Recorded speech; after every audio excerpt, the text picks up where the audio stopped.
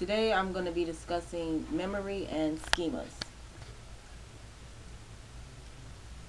Memory comes from the traditional studies which begin in the field of philosophy, which includes the techniques of the memory. Memory is an organism's mental ability to store and recall information. Autobiographical memories can differ for special periods of life. People usually recall few personal events from the first years of life. The loss of these events in the first couple of years of life is referred to as infantile amnesia. Autobiographical representation of general or specific events.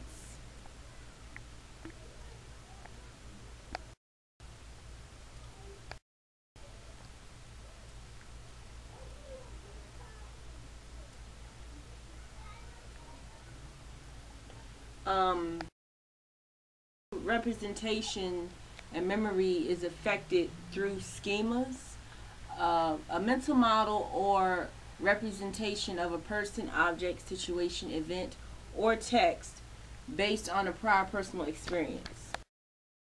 Schemas play a very casual role in the creation of lasting associative memory representations.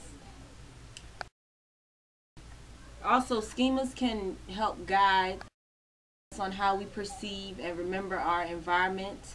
It also helps us to organize information and reconstruct memory. The concept of the neocortical schema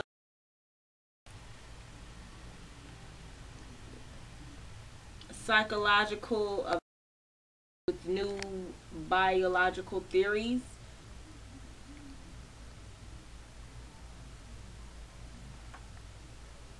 And memory in older adults vary depending on the new psychological suggest that age associated increments in schema reliance are related to impaired processing, which critically depends on the prefrontal brain area. And also when attentional and processing resources are low, people tend to encode and retrieve information in terms of general schema features, which basically all this states is that as a person gets older, he or she's schemas becomes less and less, and that's due to the age. So a person who is older, schema is not as valid as a person who is younger, because that person is older, so they have to think back longer and harder than the person who is younger. And older adults have been found to rely more on schema knowledge when trying to retrieve information from long-term memory. So they do have a longer memory, but it's not as valid as a person who doesn't have a longer history of schema. And schemas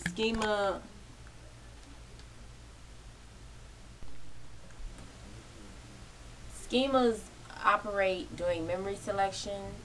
They also operate doing memory abstraction and doing memory interpretation. Schemas lead to integration of information in memory, and they can also encourage memory abstraction. Memories are affected by schemas just as well as schemas are affected by memories. Memories and schemas go hand in hand. Thank you.